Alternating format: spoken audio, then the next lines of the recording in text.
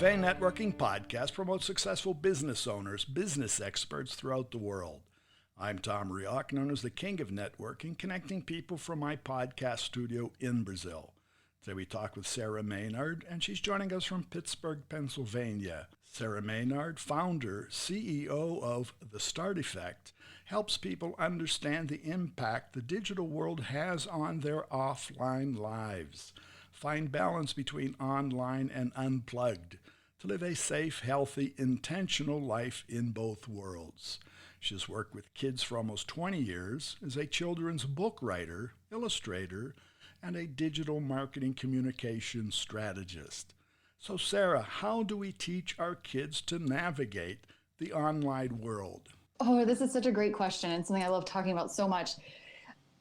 So our kids have grown up with the internet. Our teens right now have no other idea except for this thing that lives in their back pocket, the ease at which they communicate across the world. And what they haven't learned, because we as parents and as the adults grew up as the internet was growing up. So Right. Nobody taught us how to use it. Nobody taught us how to navigate. We just figured it out. So we're the first set of adults teaching kids how to use it and how to use the internet. And it's scary. And especially even for tech savvy parents, it can be so overwhelming to say, okay, here, have the world like right in your hand. Now, I'm a grandparent, and I agree with you because I don't think I'm teaching anymore. I think I'm learning. So I'm learning from 5-year-olds. Yeah, and that's one of the things that I recommend, because the best way to teach your kids how to navigate online, because so much of it is interpersonal relationships, but also to practice online safety. And the best way to know what your kids are doing online is to let them teach you. Say, hey, what are you into right now? What's an app that's really cool? Help me learn how to use it, and put them in a position to teach. And they're going to be so much more open to those other conversations that are really important about safety, about personal relationships, all of those things that we as adults do know about. But if you let them teach you, that opens the door and starts that conversation. Well, you mentioned safety is a factor, but as adults, we're used to closing literally the door, right? Putting a lock on the door and we feel safe. There doesn't seem to be, internet's a wide open door. The digital world's open. There doesn't seem to be a way to lock it out. Yeah, so there are ways to put some boundaries in place. A lot of iOS has a lot of options for iPhone and iPad, and then Android also has a lot of options. And there are even specific apps that you can download onto your kid's device. Google has a lot of options so that you can kind of put on like blinders for them a little bit. So they can't, for example, my kids have restrictions or we don't call them restrictions, we call them boundaries, because those boundaries are going to go away because they're going to get older. And so as they get older, they have more boundaries lifted. So my youngest kids are only allowed to visit websites that I've already said okay to. Okay. My older kids have less restrictions, and I just limit it to things like limiting adult websites.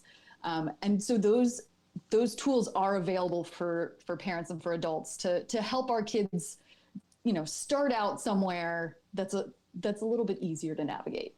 Well, I guess the first thing that you just said is that first we need to learn how can we establish those boundaries. That's saying something, but more important is what is the mechanism on their device or devices that can make that happen and can help us be the overseer of those boundaries. Yes. Yeah. And each, I don't have time to go into it today. So just set up a little Google for whatever your device is for your kids. And as we all know, the internet is full of information. So people are out there to help and help you set up those restrictions and set up those boundaries and start those conversations with your kids. So one thing I did want to add is for screen time, because screen time is a big thing that I hear about all of the time.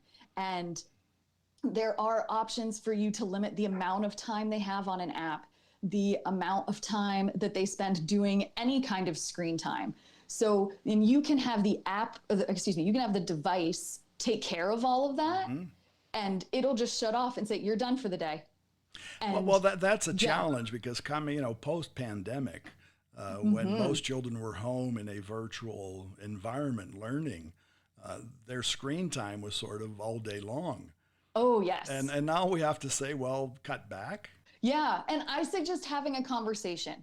Have just, even if your kids are 5, 6 years old, sitting down and saying, this is the reason why we're doing this. We're doing this because we know it's better for you and it's going to be hard.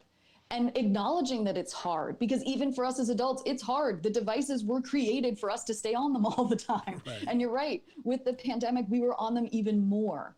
And so it's going to take time, but it's adding in little bits of every day, not having them at meal times, having an hour before bed that you don't use it, and just slowly expanding those parameters. And that's just going to make everybody's life a little more balanced. Well, and in that, we're talking about education for kids. Teachers are really in they're in a crunch. Oh, yes. First of all, they have to learn what we just said. And they have to apply it because they still are in contact with the children, pretty much the larger part of the day. Oh, yeah. Yeah, it's definitely a harder balance, I think, in the classroom. And teachers are absolutely amazing at making things work. We all know how great our classroom teachers are. And they are really working towards making sure that they're still doing those hands-on activities. They're still doing those things, but integrating the technology so that the kids learn how to use it in a way that's helpful and beneficial, because they are going to be using it for the rest of our lives. Oh, and teachers too have to become digitally competent very quickly. Yes. Yeah, that's very true. Yeah. Now for that, and to the future, we know where the present is, and that's a challenge. Where are we going with all this? Because I said, kids get up, small children get up and start talking to a refrigerator, and the refrigerator answers. So where are we? Where are we going? Yeah. And I think this is a phenomenon that we don't really know, because 10 years ago, we didn't know we would be where we are now.